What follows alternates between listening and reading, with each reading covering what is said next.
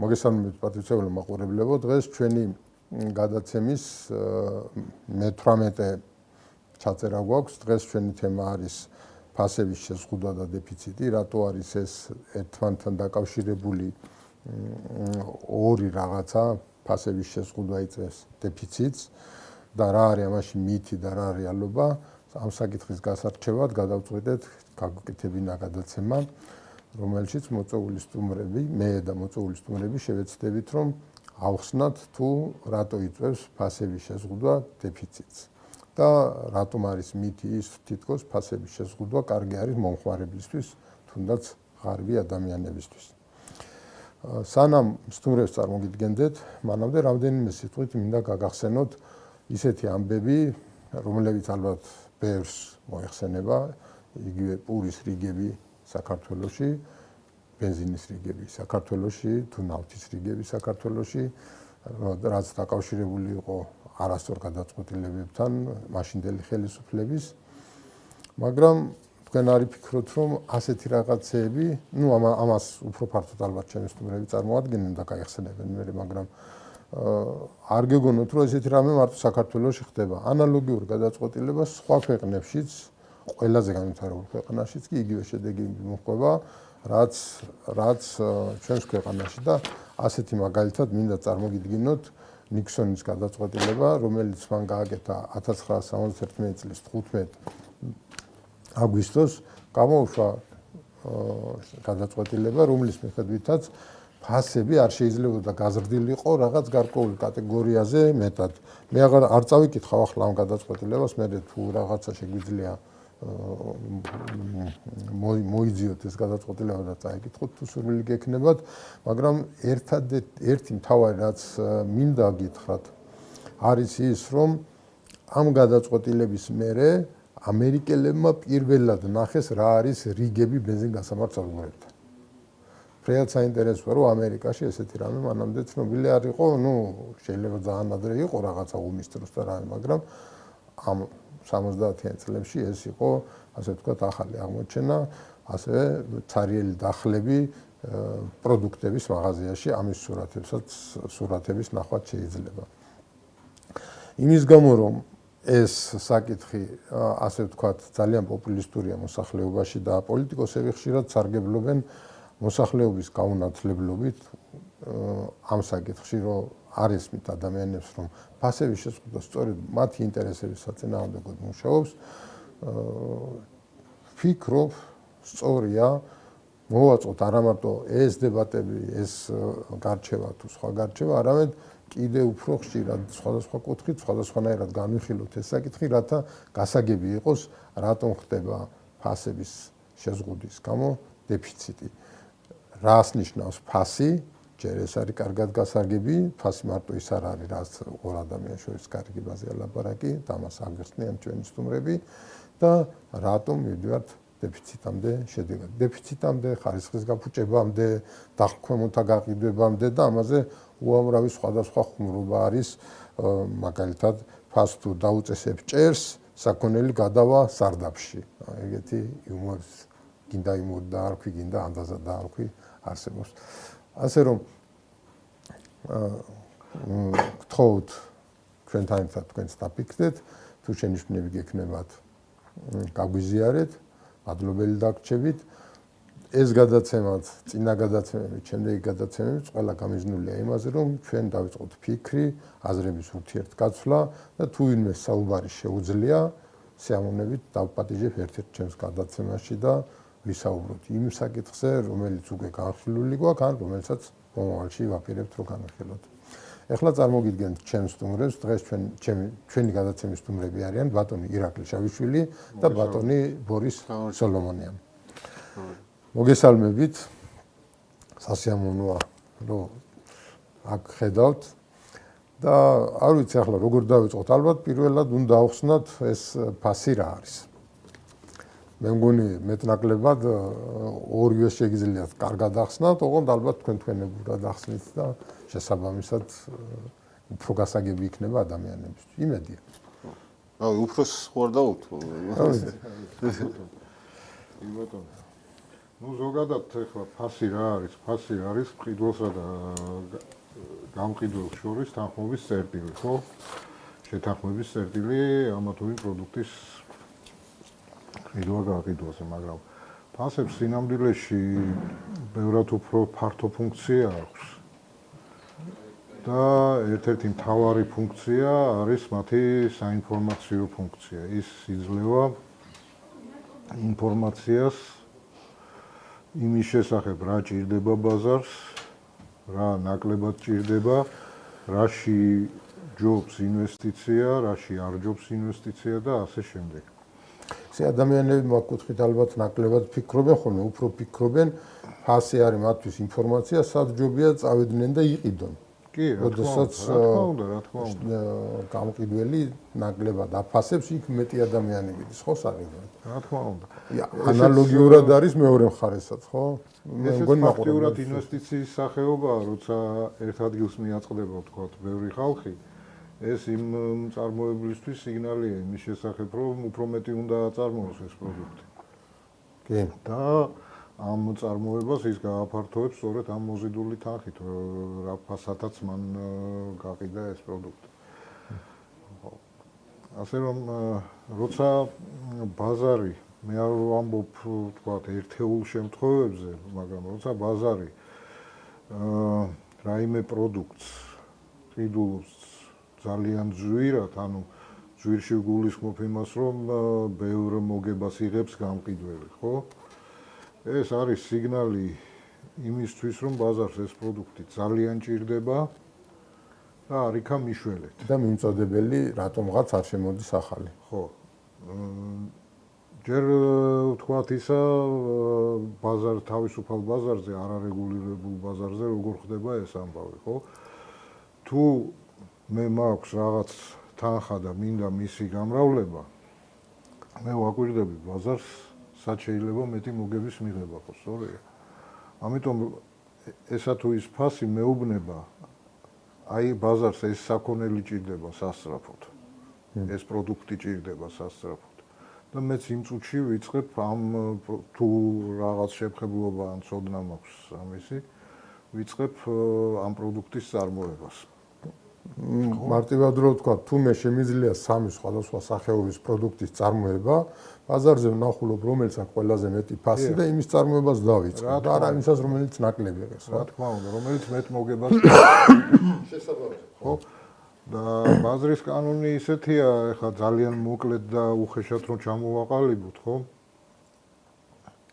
ის რაც ძვირია ბაზარზე, აი წრებრუნვაში რომ წარმოვიდგინოთ, ის რაც ძვირია ბაზარზე, ანუ დიდ მოგებას იძლევა, ამას ვეძახი ძვირს, ხო? ის ბევრი იწარმოება.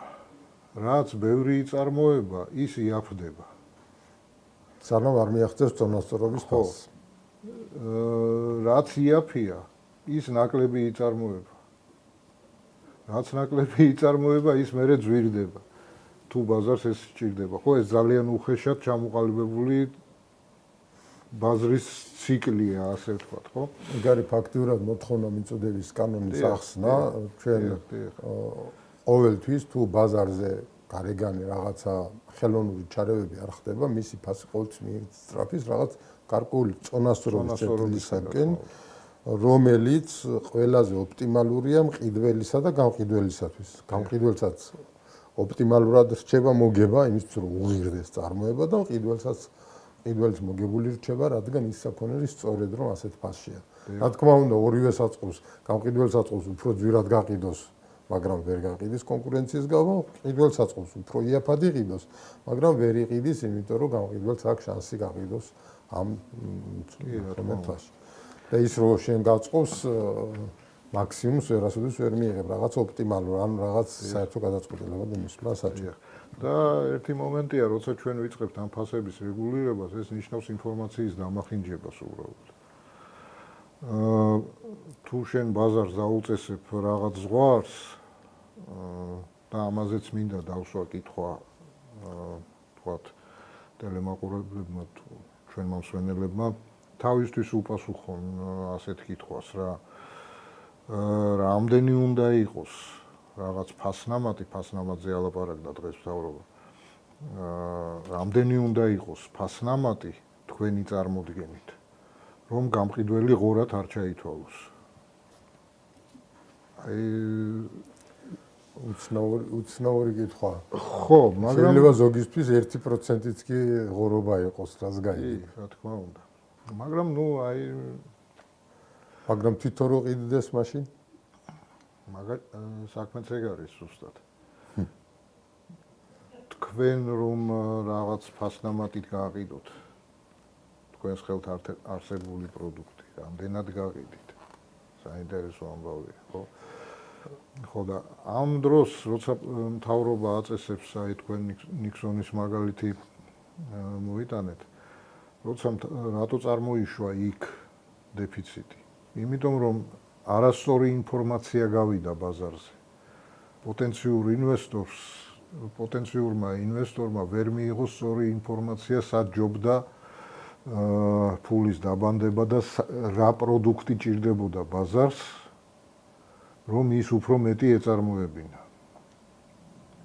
იგივე მაგალითად, რადგან ბენზინზე ფასი შეიზღუდა, ბენზინის მიმწოდებლებმა აღარ მიაწოდეს საკმარისი რაოდენობისა და მაგ დროს როგორც იმ ინფორმაციაში წერია, ძალიან ბევრი ბენზინგასამართ სადგური უბრალოდ დაიხურა. კი, ხო, აი ეს სურათიც ვნახე, out of service.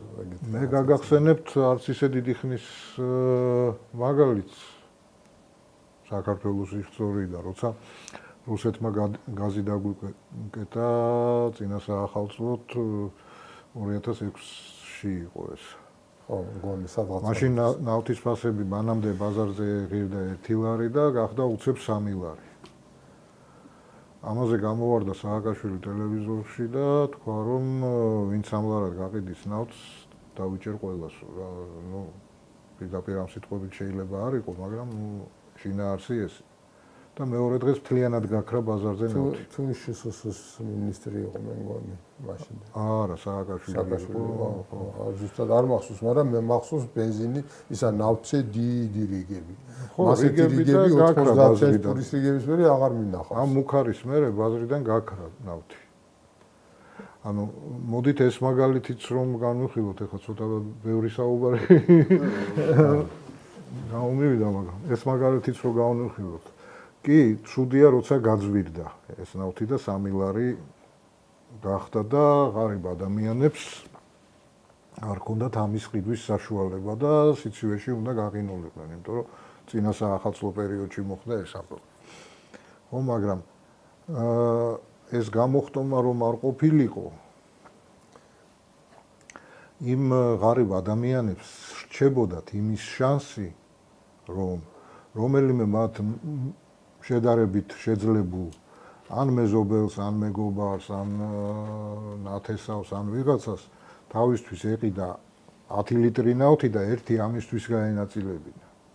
მაგრამ პერიოდში იყო მასეთი რაღაცა. კი, და ხდებოდა კიდევაც ასე.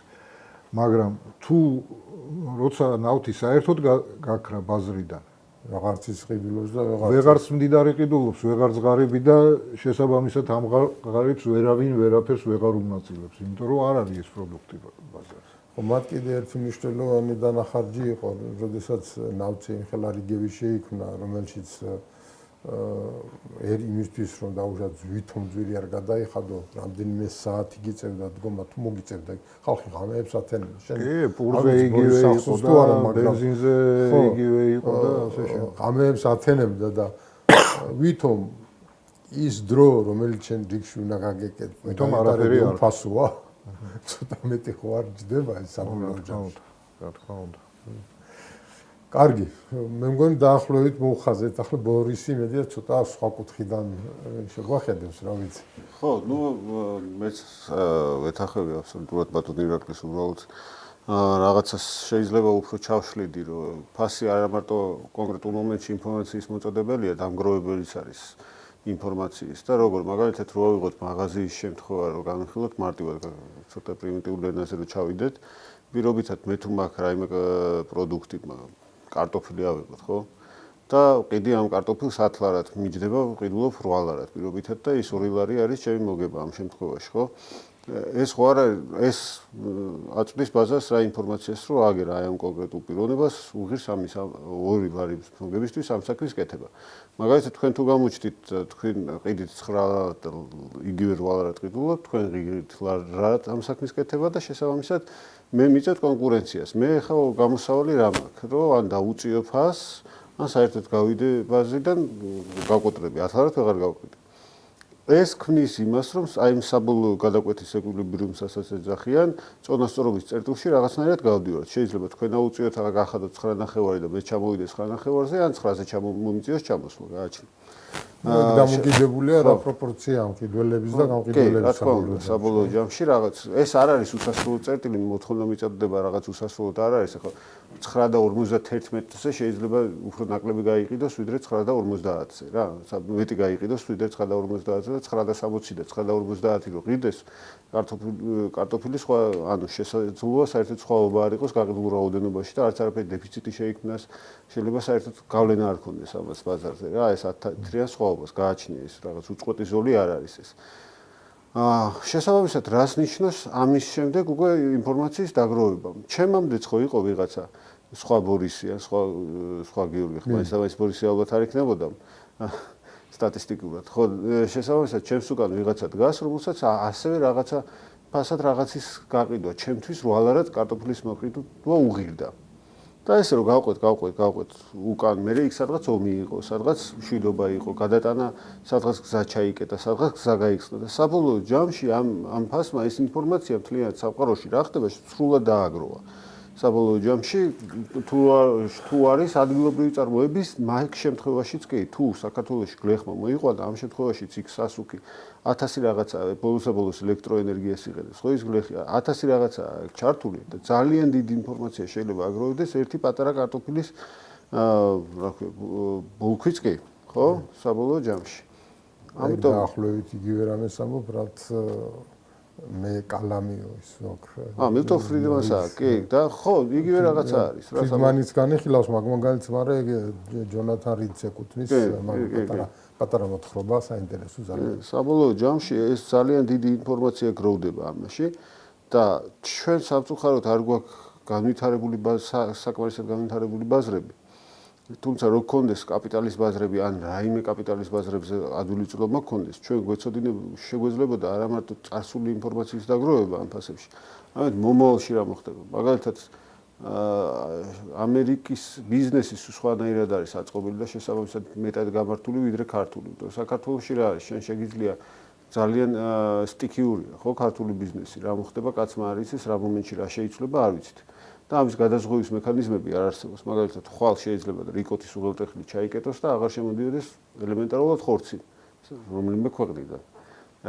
ან შეიძლება პორტი ჩაიკეტოს, ხო და სტიქიურია ეს მოვლენა, ვერაფერს ვერ შევიდეთ. ამერიკის ბაზარები რატო არის უფრო განვითარებული, რატო იზღვევენ თავს?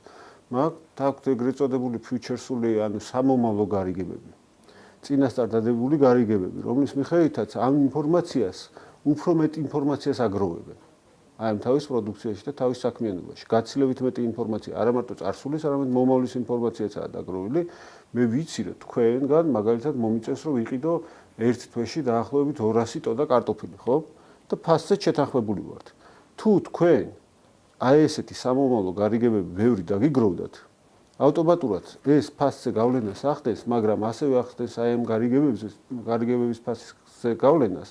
და შესაბამისად წინასწარ ჩვენ ვიგებთ დაახლოებით რა სიტუაცია გვექნება მომავალში. დაახლოებით შეიძლება ეხა პირდაპირ გავიგოთ დაახლოებით. შესაბამისად მეტი ინფორმაციაა იმ ფასებში. ეგ მხოლოდ იმ შემთხვევაში იმუშავებს თუ სერიოზული შენჯღრება არ მოხდა. ხო, რა თქმა უნდა, რაღაცა კატაკლიზმებისგან დაზღვეული არა. და მაგისა ის წარსული, რა თქმა უნდა, აწყოზე გავლენას ახდენს და გავლენას ფასზე, ქცევაზე, ჩვენს დამოკიდებულებაზე ყველაფერში აისახება.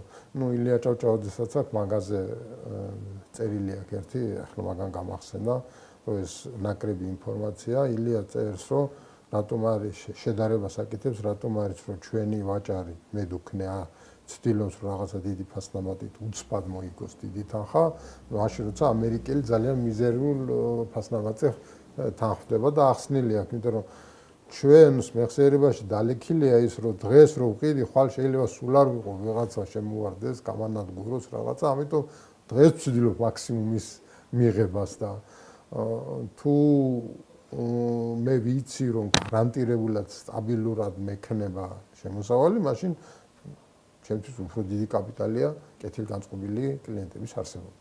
ეს არის პრინციპულად მნიშვნელოვანია და ეს მე ფასში აისახება. ეს ინფორმაცია, რომ თქვენ გარანტირებულად მომავალში რაღაც სტაბილურად გექნებათ, უკვე ფასში არის ასახული. აი ფასი არის ფაქტურად ძალიან არა მარტო რაღაც კალკულაციების მატარებელი, არამედ მთლიანი ძალიან დიდი ინფორმაციის მოლოდინების და ასე შემდეგ მატარებელი, სამომავლო განწყობების მატარებელი და საქართველოში დღესაც საბჭოთა კავშირის დროსაც და დღესაც ეს ინფორმაცია მოშლილია. რაც უფრო ნაკლებიანი ინფორმაცია მეწარმის ხელში, მით უფრო მეტია მე ის მოგების მარჟები.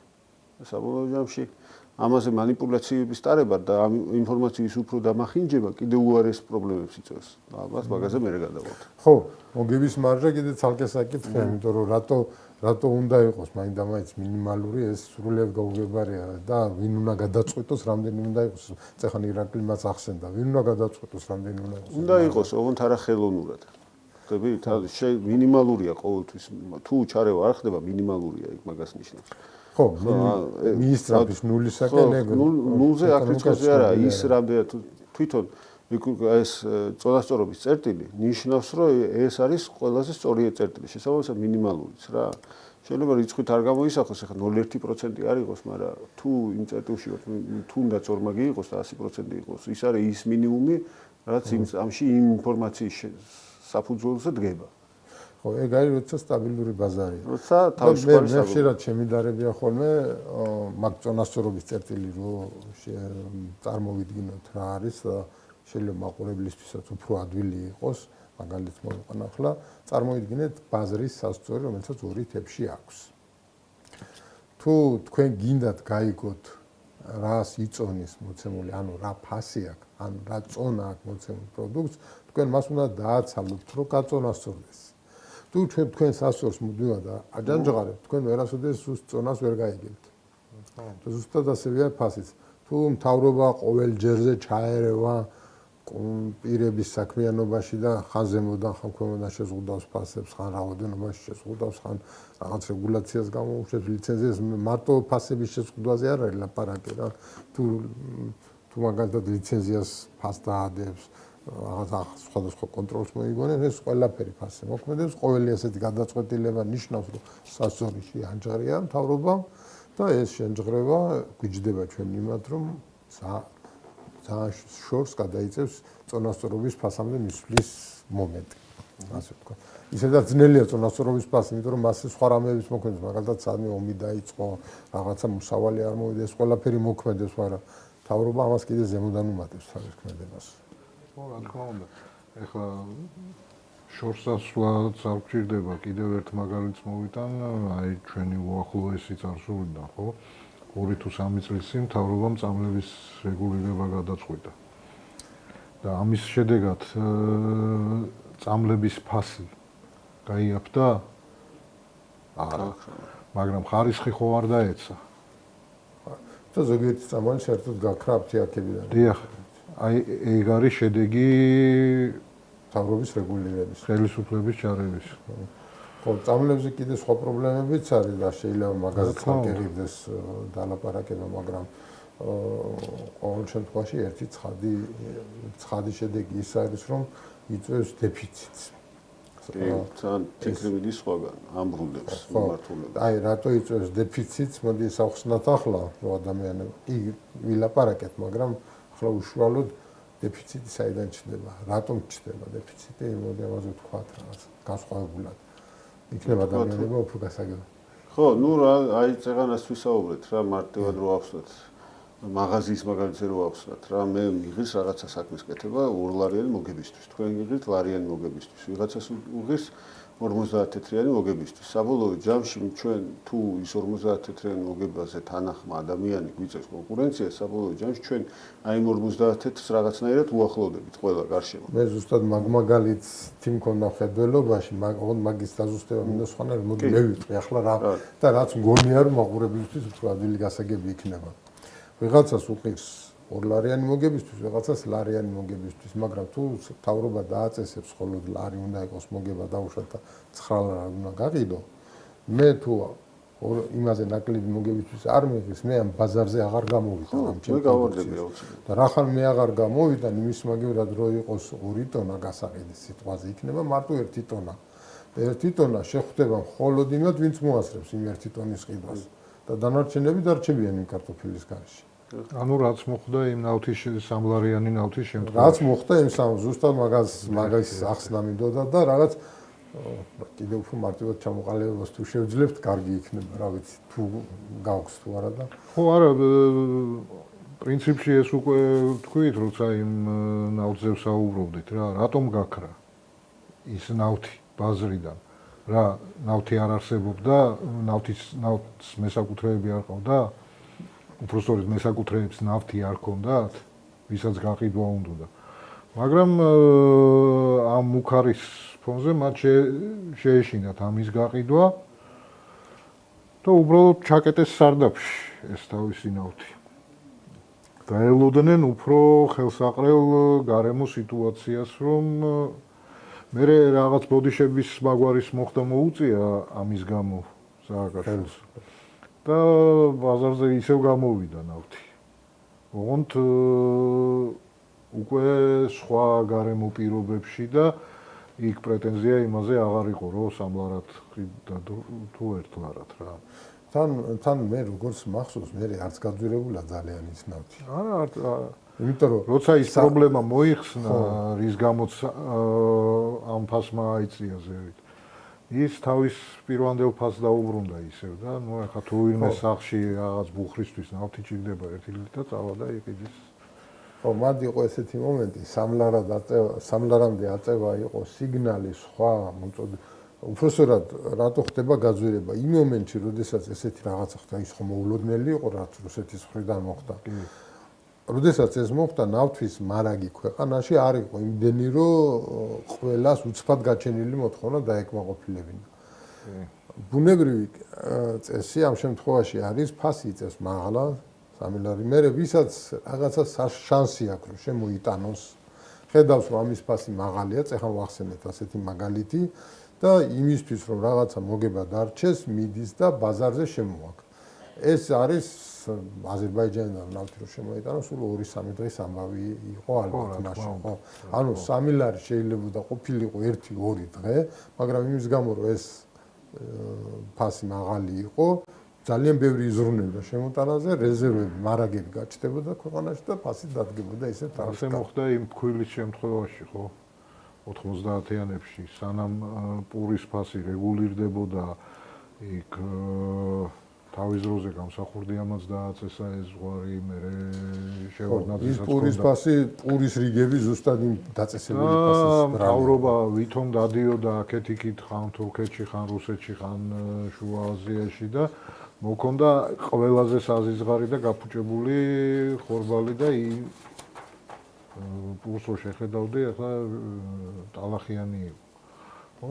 როგორც კი ფასები განთავისუფლდა და პროდუქტების კორპორაციის მონოპოლია გაუქმდა პურის ცხობაზე, ზუსტად 1 თვეში საქართველოს დაიწყო უმაღლესი ხარისხის ფქვილის ექსპორტი მეზობლებში. ექსპორტი არ მახსოვს, დაიწყო სომხეთში და აზერბაიჯანში, იმიტომ რომ იმდენი შემოვიდა უცებ. ხო. იმდენი შემოვიდა, როგორც კი ფასის რეგულირება მოიხსნა.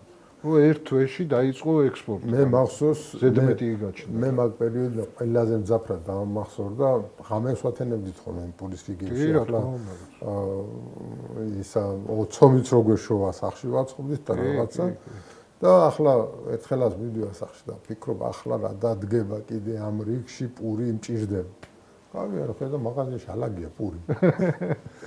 მეთქი შეიძლება ვიყიდო, მე მეგონა რაღაცა სპეცმაღაზია, რაღაცა. კი ბატონო, რამდენი გინდა? წაიღე, რამდენიც გინდა. თურმე იმ დღეს გაუუქმებ, თუ წინა დღეს გაუუქმებიათ ის დადგენილება ფასის შეღებაზე. ესე იყო. და მაშინ მე მოიხსნა პრობლემა. მაშინ. მე შეიძლება ექსპორტის გავაკეთეთ, ახლა მაგ მონაცემები აღარ მინახავს, მაგრამ ფაქტია, რომ თუ შენ ვოლუნტარულად ჩაერევი ფასების სისტემაში, მაშინვე იქნება რაღაც პრობლემები. შეიძლება ეს ბევრ რამეზე გავავრცოთ, მაგრამ ძალიან შორსაც არ მინდა რომ წავიდეთ, რომ ეს არის. და ბორის რა ახსოვს ახლა ბორისმა კი გითხრას თუ ახსოვს ეგ ის. ხო, ესეთი რიგები, თანამედროვე სამყაროდან ის არის, რომ პლუს შეცდომისგან დაზღვეული არავინ არის ხოლმე რა. საბოლოო ჯამში ამ ეკვილიბრიუმის წერტილში სადაც ფასები არის. ჩარევის გარეშე შეიძლება ვიღაცამ დაუშვას შეცდომა. იგივე ინფორმაციის ნაკლებობის გამო და ხშირად არის ხოლმე თუ დაკვირვებიან მაღაზიებში, მაგალითად რაღაცაზე არის ფასდაკლება, სეილი, რამე პროდუქცია, მაგალითად პირველადი მოხმარების რა, იყოს რაღაც საკვე პროდუქტებზე, ზედმეტად შეცდომა დაუშვებ წარმოებელმა, ზედმეტად დააკლო ფასი იმაზე, რაც უნდა დაეკლო და ხშირად არის ხოლმე, რომ გვერდზე სხვა მწარმოებელი მოდის და ყიდულობს ამას და მიაქვს თავის ანკეტის.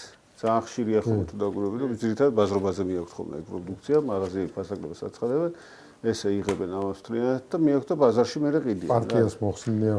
პარტიას მოუხსნიან, ამოიღებენ, წაიღებენ. ეს რა არის, რომ იმ წარმოებელმა შეცდომა დაუშვა, ხო? იქ აქცია გამოაცხადა და არა მომხმარებლისთვის, ესეთ საბოლოო მომხმარებლისთვის, არამედ გადამყიდველისთვის ესე გამოუვიდა და მთავრობის ჩარევაც დაახლოებით იგივე შედეგს იღებს ხოლმე რა. ოღონდ გადააქვს რაღაცა შავ ბაზარზე ახლა. თლად ესეთი სააშკარაოდ ვეღარ მოხდება ეგ თუ ფას ზღვარი დაუწესე რომ შენ იყიდო და შენ გადაედო და იქ აყიდო. მერე გიწევს უკვე რომ რაღაცა ჩუმჩუმად გაყიდო ნარკოტიკივით ეს პროდუქცია რა, საბოლოოდ აკრძალული ნარკოტიკივით. და რაც უფრო კავშირი და კავშირის მაგალითი შეიძლება მაგაზე მოტანა რომ ეხლა დაწესებული ყველა პროდუქტს ეწერა თავისი და იქიდან გაჩნდა ცნება თავისი ფასის. და სხვათა შორის ეს ცნება შეიძლება მოქმედებს იმ ადამიანებზე ინერციით ჯერ კიდევ ინერციით, ხო, რომელიც თვითღირებულ აღორობაა, ვთქვათ 100%-ის დამატება და ასე შემდეგ, რომელიც ამბობენ. ბაზარი ითხოვდა პროდუქტს, უფრო მეტად ითხოვდა, ვიდრე ფასი ეწერა, ამიტომ ის პროდუქტი იყიდებოდა დახლის ქვემოდან უფრო მაღალი ფასით. ან შემოდიოდა კონტრაბანდით და ჩუმად ეხლა ვიცოდით მაშინ ყველამ სად უნდა გვეყიდა ესეთი დეფიციტური პროდუქცია, სიგარეტი და რაღაც ესეთი ძვირფასი სასმელები და რაღაცეები სად უნდა გვეყიდა, მაშინ ყველა წერტილი ვიცოდით. და კონტრაბანდა რას ნიშნავს პლუს ამასთან ერთად, ხო, რომ კრიმინალი თავრობა ხომ კორუფციას ვებრძვიტო. ნიშნავს, რომ თავრობა მისიც ხო იცის, რომ ვიღაცა თქვა დახვემოთ რაღაცას ყიდის. კი, რა თქმა უნდა. შესაბამისად, ესაა წყარო უკვე კორუფციის ავტომატურად. რა თქმა უნდა. ხო, და აი ეგ არის რა, ეგეთი ხელოვნური ჩარევა. თუმცა მეორე საკითხია, საიდან ხდება ჩარევა. ახლა ჩვენი ხელისუფლება რასაც ამბობს, ჩვენ ლაპარაკობთ რაღაცა წონასწორობის წერტილია, მე რო ქვემოთ დააწევინო ფასები და შეამცირებინო, მაგრამ სხვა კითხვა არის, ეხლა წონასწორობის წერტილშია, იქნებ პირიქით ზემოთ ხელოვნურად აწეული და ეგ სხვა პრობლემა არის. იმიტომ რომ საბოლოო ჯამში ეხლა უკვე ამჟამად, როცა ფასები ზემოთ არის, თვითონ ეს ჩვენი მთავრობის ჩარევით ხომ არ არის ზემოთ ეს ფასები. ეგეც საკითხავია. სხვა რამე ინსტიტუციის. და ის წონასწორობის წერტილი მიიღწევა იმის გათვალისწინებით, თუ როგორ იქცევა მთავრობა სინამდვილეში. მაგალითად, თუ მთავრობა დაადებს ბაჟს, თუ ტარიფს, დღეს ძალიან პოპულარულია ტარიფი დაუშვათ კილოგრამზე უნდა იყოს დაუშვათ 20 თეთრი, 20 თეთრი უბრალოდ დაედება და წონასწორობის ფასი იმის მაგერად ყოფილიყო 70 თეთრი, გახდება 90. ან შეიძლება კიდე მეტი. და ეს ხო დღეს ხდება. ფასები მაღალი იმიტომ კი არ არის, რომ რაღაც თავისუფალი მეწარმეები სულად იქცევიან და ღორები არის და ხო ძარცვავენ რა. საბოლოო ჯამში რამდენი პრობლემაა? ერთი, პირველი, რო ავიღოთ აქედან ზოგადი ფასების ზრდა, რაც არის ლარის ემისიის, ლარის ბეჭდვის ფულის მასის ზრდის შედეგი, რაც ახლა ამჟამად მსოფლიო პრობლემაა, მაგრამ ჩვენთან საერთოდ კონტროლი მოშლილი არის. წინა წლის ინფლაცია დაბალი არის, მაგრამ ზოგადად ინფლაცია პირველი მოქმედი წყაროა ამ ფასების ზრდაზე.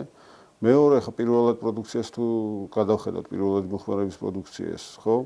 საბაჟოზე კორუფციული გარიგებები ძალიან ხშირია, ყველა მიცის რომ ხშირია პროდუქციის გაჩერება საბაჟოზე, მაგალითად კონკურენტი ვინც უფრო დაახლოებულია მთავრობასთან შეუძლია რომ თავის კონკურენტს რაღაც პროდუქცია გაუჩეროს შემოწმებისთვის ვადო გაუყვანოს და პრობლემები შეუქმნას და ეს ხდება ხოლმე. ეგ ახლა კიდე ხდება ადრე ძალიან ხშირად ეგეთი რაღაც. აზერბაიჯანმა მთელი ამბავი რო ატეხა საბაჟოზეო ჩვენი თვითები გაჩერებულია. უჩერებენ ერთმანეთს. ერთმანეთს რა კონკურენტი დიდ დონეზე როცა გადის დიდ მასშტაბზე მაშინ.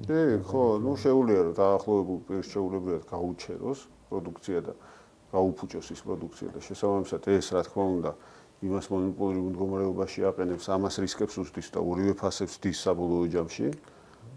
გადასახადები ხო და სასამართლოს არ არსებობა მე პროდუქცია შეიძლება გავყიდო და ხო გადამიხდიან თუ 3 წელიწადში კაცშული ამის გამოკონტროლებელი არ არის არანაირი ბრიკეტი არ მაქვს რომ ის ფული გახედული პროდუქციისთვის მივიღო. შესაბამისად რა ვიცი თუ მთავრობას ფასის დაწევა უნდა პირველი უნდა ხვალ შეიძლება დაწიოს. დღეგე შეამციროს, გაანახებოს დღეგე, ხვალ დაწევს თუ უნდათ მართლა ფასის დაწევა.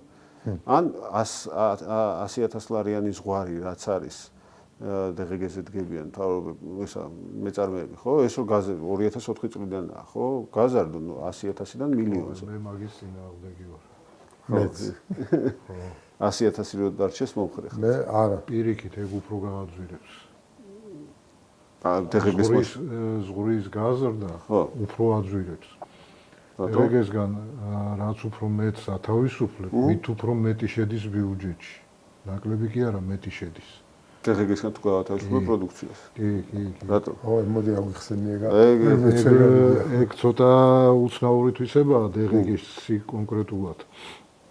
ეს არის ჩათვლის მექანიზმიდან გამომდინარე რა. თუ შენ არაფერი ის რაც განთავისუფლებულია, ჩათვლას ვერ იკეთებს. შესაბამისად, ეს ჩასათვლელი დღეგე მიდის მის თვითღირებულებაში და შემდეგ ეტაპს როცა გადასცემს, უკვე გაძვირებულს აძლევს ერთი. და მე შემდეგმა ეტაპმა ხო ჩათვლა ვეღარ მიიღო. ვეღარ მიიღო, იმიტომ რომ ამიტომ მთელი მისი და ამის ეს ერთ გარდამავალ პერიოდში შეიძლება დაემართოს, მაგრამ როცა ყოველთვის ეგრეა, იმიტომ რომ პროდუქტი არ მოძრაობს წრფივად, ის მოძრაობს წრიულად, ხო? მაგრამ ბევრია ასეთი პროდუქტი. რეალიზაციას გულისხმობთ, ხო? ყველა პროდუქტი ეგეთია რა, იქ წრებრუნვაშია და იქ რაღაცეები ერთვება, რაღაცეები აკლდება და ასე შემდეგ, ხო? ამიტომ გამოდის ისე რომ ეხლა არ ვიცი რამდენად გვაქვს ამის დრო. გამოდის ისე რომ ბიუჯეტში უფრო მეტი შედის რა. ანუ ფასებს მეტად დაწევს ეგ. და სხვათა შორის რომ გადახედოთ საგადასახადო კოდექსს, ყველაზე დიდი განთავისუფლების მუხლი თან არაერთი აქვს სწორედ დღეგეს. რატომ? იმიტომ რომ ხდება ამ ჯაჭვის გაწყვეტა და რაც უფრო მეტ ადგილას გაწყვეტა ამ დღეგეს ჯაჭვს. ხო, თუ უფრო იზრდება გადასახადის რაოდენობრივი მოცულობა რა. არა, ეგ მესმის ჩათვლის. დღეგესგან თავისუფლებულები არიან საელჩოები და ესეც სპეციალური ის რომ ექსპორტია რა ფაქტობრივად. და სხვა კიდე ვინ არის დღეგესგან თავისუფლებული? დღეგესგან სასოფლო-სამეურნეო პროდუქცია, საგანმანათლებლო წიგნები, რვეულები, რაღაცა ესეთები. და მაგალითად მე თუ კომპანია მაქვს დაუშვათ რესტორანი მაქვს ან რაღაცა ეს კვების ობიექტი, სასოფლო-სამეურნეო პროდუქტს რო ვყიდულობ, იქიდან ჩათვლას ვერ იღებ. იმის ჩათვლას ვერ ვიღებ, მიუხედავად იმისა, რომ იმ სასოფლო-მეურნეობის პროდუქტების მოყვანაში, რომ სასუქი იყიდა თუ ტრაქტორისთვის დიზელი იყიდა თუ რაღაცა, ყველა ეს შედის. და ერთხელ იმაზე დღეგე გადახდილია და ახლა მეგიდე მეორედ მიწევს გადახდა. კი, და ამიტომ გამოდის ეგ მექანიზმი არის და სერიოზულად რო დაფიქრდე, მართლაც ეგ მაგ ეფექტი შეიძლება მაგაზე მე 2010-ში იყო პირველი ესეთი ისა რომ 200,000-მდე ავწიოთო დღეგეს რეგისტრაციის ზღვარი. მაშინ რეზონანსში გამოვაქვეყნე სტატია, სადაც მთელი ეს პროცედურა აუხსენე და შემიძლია ეს გამოგიგზავნოთ და შემიძლია აქვე აგიხსნათ, მაგრამ უბრალოდ გადაცემის დრო თუ ელექტრონულად არსებობს, საინტერესოა. და რა მაინტერესებს იცით? ან გადაცემის მერე ვილაპარაკებთ. ხო, გადაცემის მერე შეგვიძლია ლაპარაკი, მაგრამ ახლაც რაც მაყურებლისთვის გასაგები იქნება და ესა საინტერესოა. ხო, მოკლედ, რა ვიცი, შეგვიძლია ცალკე გადაცემა მოვაწყოთ ამაზე და აუხსნი. პრინციპში კარგი, ისე მართლა დავშოვდი. ერთი პატარა დაფა და 5 წუთი საკმარისი იქნება იმისთვის, რომ დაფის ორგანიზებასაც მოახერხებს. ხო, რაც საჭირო იქნება. ხო, ნუ თუ ეს პრობლემა ელემენტარულად განახევრება ხო შეიძლება 9 მაგალითად 18-დან 9-ზე არა, ჩავიო. განახევრება კი ბატონო. ხო, მაგალითად შემცირებაზე დალახმა შეჩო ხო ნუ ზღვარზეა უბრალოდ მე ზღვარი საერთოდ არ მომწონს, ზღვარი საერთოდ არ არსებობდეს. საერთოდ ეგრე არ უნდა არსებობდეს პასე შორს უწამოთ. ხო, ეგ მithumedes. მაგრამ საქმე ის არის რომ კომპანიები როდესაც ყურებენ რომ ეს ზღვარია, ცდილობენ რომ ამ იქამდე არ გაიზარდონ. ან გაყოლო. ხო, და ერთ სიტყვით არასწორ ტენდენციებს იწვევს იმაში, მაგრამ მოდი ახლა ისე ფასებს დაუბრუნდეთ და მე წაგიკითხავთ 1-2 ანეკდოტს მაყურებლებით გაერთობა და ჩვენს დავაკვირდით. კი ბატონო. ხო, ეს ეხება პურის ფასს. თავრობამ პურის ფასს ზედა ზღვარი დაუწესა და მეორე დღეს პური გაქრა. რატომ აღარ არის პური? იკითხა მავანმა. ჩვენ ფასებს ვაწესებთ, პურს კი არ ვაცხობთ. იყო პასუხი. კი ბატონო, ეგრეა. ზუსტად შეესაბამება იმ პერიოდს, რომელიც ახალგაზრდებს ალბათ არ ახსოვს, მაგრამ მე ძალიან კარგად მახსოვს, რამდენი ღამე მაკათეული იმაში ვაჟებ შაველას გავზიარზე პურის მაღაზიასთან, ზოგჯერ პურის ქარხანასთან. საქმე ის არის, რომ ეს რიგების ამბავი არ არის დაწყებული იმიდან, რა ქვია, 90-იანი წლები და რატომაც ასე გონიათ, რომ აირია ქვეყანა და მაშინ მოხდა. მთელი საბჭოთა კავშირი ყველგან რიგები სულ რიგები იყო და ნახეთ საბჭოთა კავშირის დროინდელი ისინი, რა ქვია, ფილმები და იქ სულ რიგები იყო და ძალიან დახლების მეტი არაფერი არ მახსოვს ჩემი ბავშვობიდან, მაგრამ აგერ 80-იანი წლების ამბავია. კაცი დგას მაღაზიის რიგში. უცებ ბრაზდება და მის უკან მდგომს ეუბნება. საკმარისია, შემინახე ადგილი. გორბაჩოვის მოსაკლავად მივდივარ. 2 საათის შემდეგ ბრუნდება და ეკითხებიან, რა ქენი, მოკალი? არა, პასუხობს, იქ უფრო დიდი რიგი დამხვდა. ეხლა კითხვა ჩდება, ეს არის გორბაჩოვის პერიოდზე, როცა შედარებით უკეთესი ვითარება იყო ბევრი მხრივ. მაგრამ რატომ არ არის ასეთი ანეკდოტი, რა მოხდებოდა ბრეჟნევის დროს რო გაეკეთებიათ ეგეთი რამე? ხო, ნუ ბრეჟნევის დროს რა არ იყო რიგები? ბრეჟნევის დროს გაჩნდა ტალონები საერთოდ პროდუქტებს. კი, მე სადღაც ვნახე მაგ ტალონები. მე თვითონ ალბათ მე 6-ე, მე 7-ე კლასში ვიქნებოდი, როცა ეს ტალონები გაჩნდა. იმიტომ მახსოვს, იმიტომ რომ მე თვითონაც დამირიგებია კლასში ეს ტალონები რა.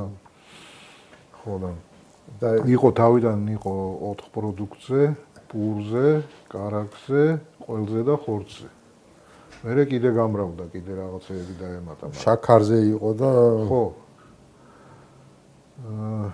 და ანუ იმ დროს გაჩნდა ეს ტალონები. სინამდვილეში უფრო ადრე გაჩნდა, ტალონები არსებობდა ჯერ კიდევ 20-იან წლებში. არა, ამას თავი რო დავანებოთ, მე უფრო ახლო პერიოდს ვამბობ, აი ბრეჟნევის. ეგ უბრალოდ ჩვენ მახსოვრობაში. ხო, ჩვენ მახსოვრობაში რაც არის, 20-იან წლებში არ მახსოვს რა იყო. მაგდენი ხნისაც არ ვარ. წაკითხული გვაქვს. წაკითხული კი. შენ გახსოვს ტალონები? არა, მე არ ვარ. არა, როგორი იყო? 80-იან წლების რაღაც ესე მოდონეთ, მაგრამ 2-3 წელი. Facebook-საც მაგ გაზიარებული ტალონები, როგორ 400 გრამი შაქარი, 200 გრამი კარაქი, და პატარა ისინი იყო ქაღალდები. ოღონდ 80-იანებში უკვე ფერადები იყო. ფერად ქაღალდებზე იყო დამიშტი. და ესეთი ჩანთა იყო პოპულარული მაშინ, ესეთი ბადისმაგვარი ჩანთა. რომელიც შეიძლება გახსოვდეთ ფილმიდან ბრილიანტის ხელი, პისტოლეტს რო ჩადებს ის ნიკული. იმას რუსულად ერქვა ავოська. რატო? Авось что-нибудь встречу. გადმოგითარგმნე. იქნებ რამეს გადავაწყდე. ანუ საიქნებო ჩანთა იყო? საიქნებო არ ვიცოდი. ხო. აი ესეთი ბადის ფორმის ახლა ჩვენი თაობის წარმომადგენლებს უნდა ახსოვდეთ რა ჯიბეში დაკეცავდი ჯიბეში ჩაიდერდი და მოქსოვილი რო იყო სეტკას რო ეძახდი კი როგორ არ მახსოვს მაგის მაგას რუსულად ერქვა ავოська ყველა მზად უნდა ქონოდა ჯიბეში რა თქმა უნდა ქონოდა, იმიტომ რომ სადაც რიგს დაინახავდი, უნდა დამდგარიყავი და იქნებ გჭირდება თუ არა ის კი არის ყომთავარი, წააწყდები თუ არა. რასაც წააწყდები უნდა იყიდო რა. და სამაგიეროდ რაც არავის არ ჭირდებოდა, ეგეთი რაღაცეები, აი მან მახსოვს იმაში რა ქვია, მაღაზიაში რომ შევიდოდი ხოლმე პროდუქტის მაღაზიაში, პუსა ველოდებოდით, მაგალითად პური მოქონდა დღეში ერთხელ და იდგა რიგი, კაცების რიგი, ქალების რიგი და მე ბავშვს ხამწყალობდი და ხანან მწყალობდი, პატარა ვიყავ 70 წლებში. და იქ უყურებდი ხოლმე კონსერვები, ელაგა რავი რა კონსერვი ალბათ ახლა დავარგოდა ის კონსერვი და აი ეს პირამიდები იყო გაკეთებული. ერთთან ერთინაირი სულ ყველა რა. კილკავ ტომატნამ соуსი. ხო და ის ტომატის соуსი კიდე იჭმებოდა მეორე იყო კიდე რაც ხარ საერთოდ რანაირად ჭამდა ხალხი არ ვიცი და იმით იყო დახლები გამზა. სხვა მეტი არაფერი არ იყო მაღაზიაში.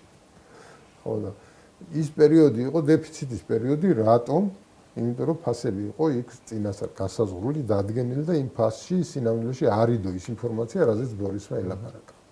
და არც დაშვებული იყო ისეთი აქტივობა, რომელიც იმ ფასს დააგდებდა რა. ხო. ხო. და ამიტომ იყო რომ თუ მაშინ არც მესმოდა ესე არც ეკონომიკა ვიცოდი და არც ისა რომ მიხვედრილი ყავერაში იყო საქმე, მაგრამ გასაგები იყო რომ რაც ხა დეფიციტი არსებობდა რატომღაც. მაგრამ უსინდისო ხალხი დახქვემოდა ყიდდა. ხო, ის ხალხი უსინდისო იყო. რატო იყო, მაგრამ რატო ყიდულობდი იქ თუ არ გჭირდებოდა. იმან ხო მოგიტანა იშრომა იქ რა ვიღაცას პოლიციელს გვერდია უარა, ობეხეს გვერდია უარა და რაღაცა შენამდე მოიტანა. ჩალიჩა. უსინდისო რატოა? მაგრამ იგივე აი ლესელიძეზე იყო ერთი ჩაშკას ეძახდნენ ყველა მიწის მინდოდა ხალხ ჩაშკას ხსენება.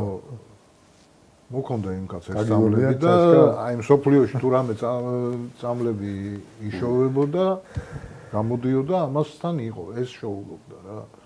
და ვისაც რაღაცა წამალი დაჭირდებოდა, ყველა გარბოდა ჩაშკასთან და უზრუნველყოფილი იყო. აი ახლაც საჭირო ერთი ჩაშკა, იმიტომ რომ რაღაც წამლებზე დეფიციტი ერთი არა, ბევრი ჩაშკა გვჭირდება.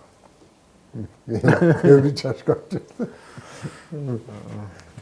თავრობის მაგივრად ბევრი ჩაშკა გვჭირდება. ხო.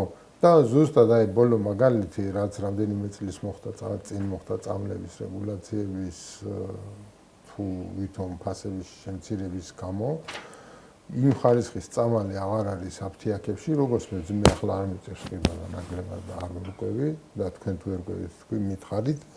იმ ხარისხი გაფუჭდა და იმ ხარისხის წამალი აღარ არის, რასაც მანამდე ადამიანი ყიდულობდა და ვიღაცებს ჯანმრთელობის პრობლემა შეექმნათ ამის გამო. გაგიგიათ ამის შესახებ. კი, ეს მომისმენია, მე თვითონ არ გამომიცდია, მაგრამ ბევრისგან გამიგია, რომ თქვათ, აი წნევის წამლები ისე აღარ არეგულირებს წნევას, როგორც გერმანიიდან რომ მოქონდა, ახლა მოაქვს ინდოეთიდან გერმანული მარკეტი დაუშვათ, რაღაც ეგეთები ხდება, რა საერთოდ. მე მომისმენია ასეთი რამ და ალბათ ჩვენ ტელემაყურებლებს უფრო მეტი ინფორმაცია ექნებათ. ხო, ნუ ჯენერიკების პრობლემა ეგ არის, ინდური ჯენერიკები არ ვარ გასაგებად და გერმანული რო ჩამოიტანო, მაგაზე ლიცენზიას არ გაძლევენ.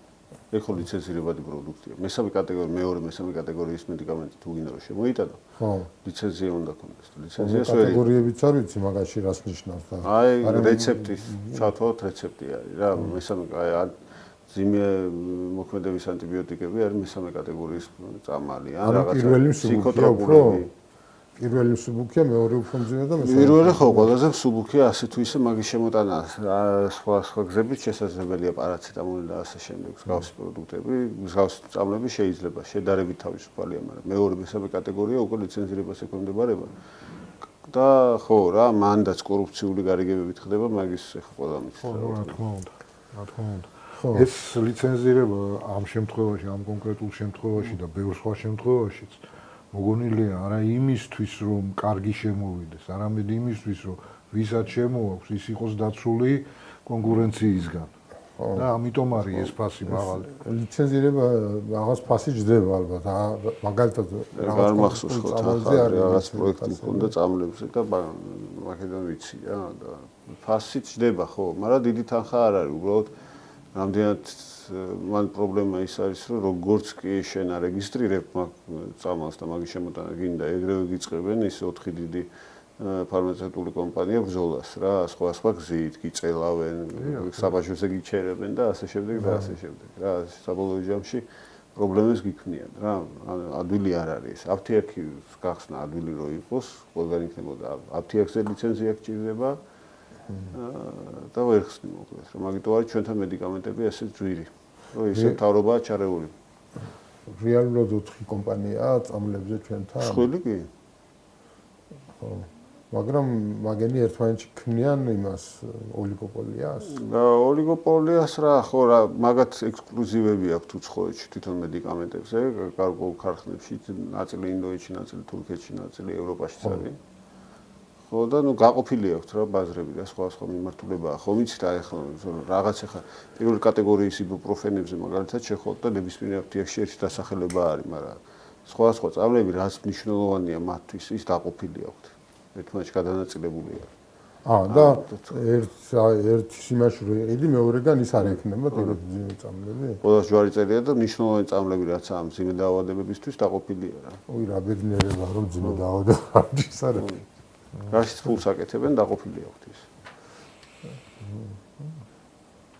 ხო, მაგრამ მაგ შემთხვევაში ნებისმიერი ფასნავადის გაკეთება შეუძლია? კი, რა თქმა უნდა. და აკეთებს კიდევ. და მაგ შეთანხმების დაცვა როგორ ხდება?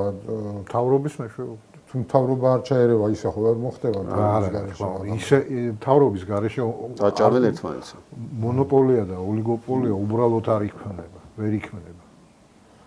ისედაც არ გაქვთ ნახი ერთ-ერთი ყველაზე მსხვილი ფარმაცევტული კომპანიის მფლობელი რო ამბობს, მათ შორის პოლიტიკოსი რო არის თან. ბიჭება $3,000 ვიშოვეთო. წავედ წამლები ჩამოვიდანეთო და 10,000-ად გავყიდეთო, ჟურნალისტი რო ეკითხება, ანუ სამაგი ფასადამატი ქონდათო. ოქრიაშულზე ლაბარაკი.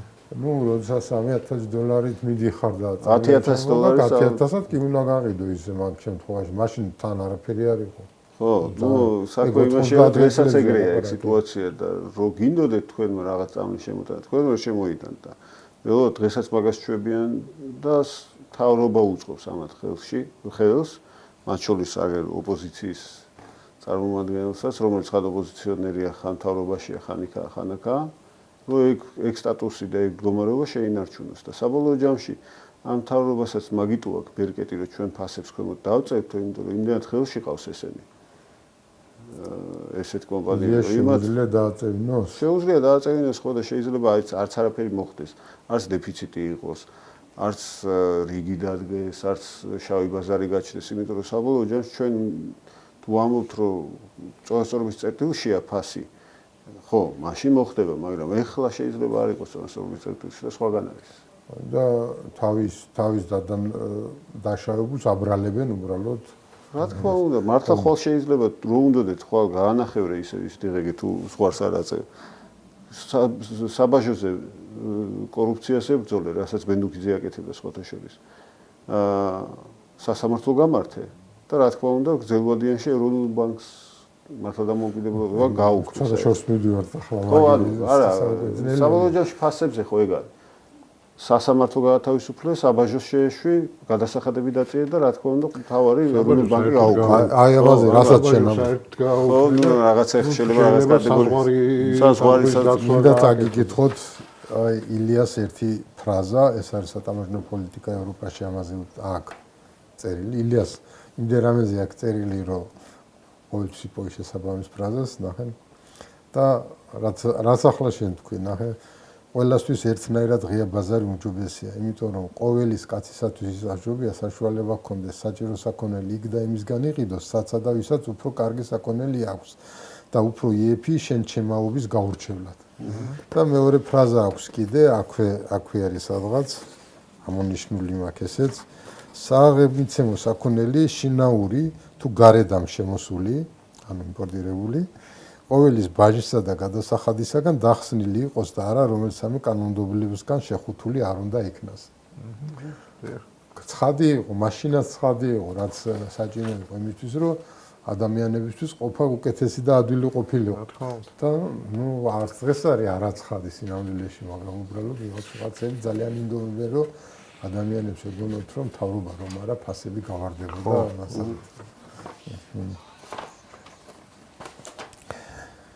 ხო.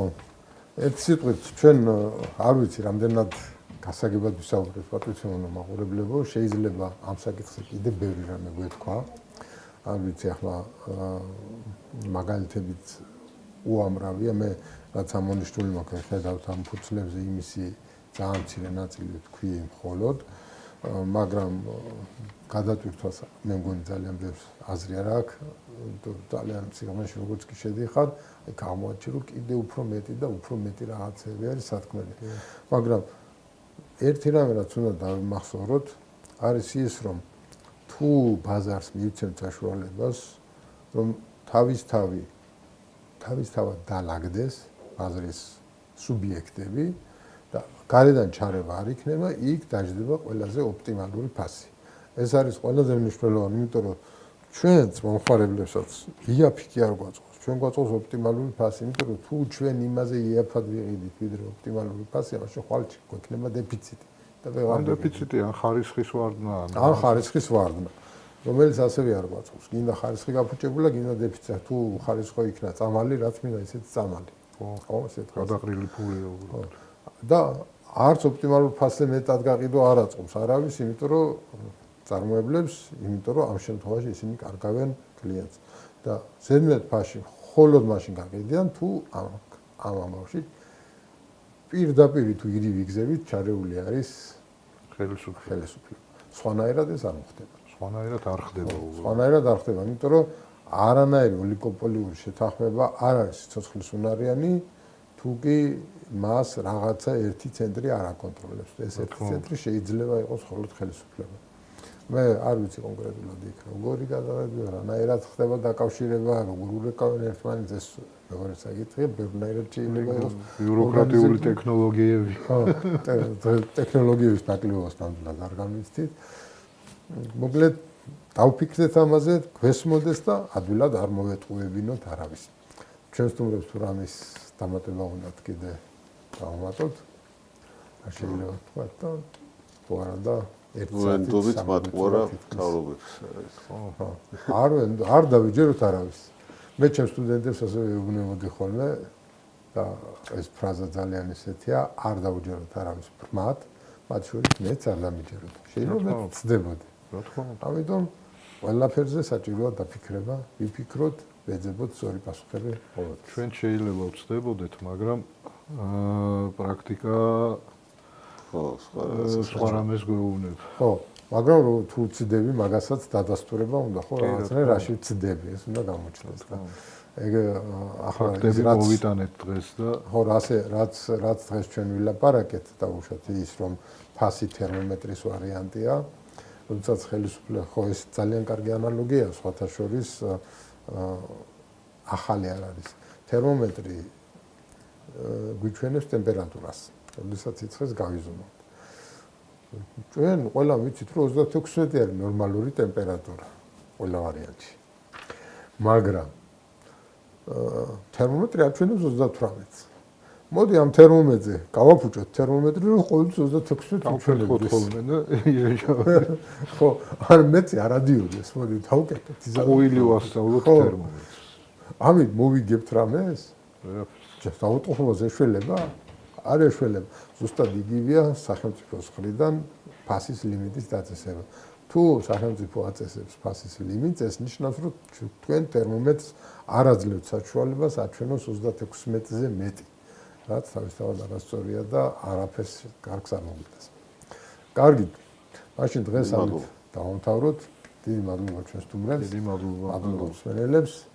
თქვენ მაყურებლებო გთხოვთ თუ რამეს საუბარი შეგიძლიათ დამეკავშირდით, სიამოვნებით დაგპატიჟებთ, ასე შეგვიძლია გავარჩიოთ ნებისმიერი საკითხი. მადლობა ყურადღებისთვის.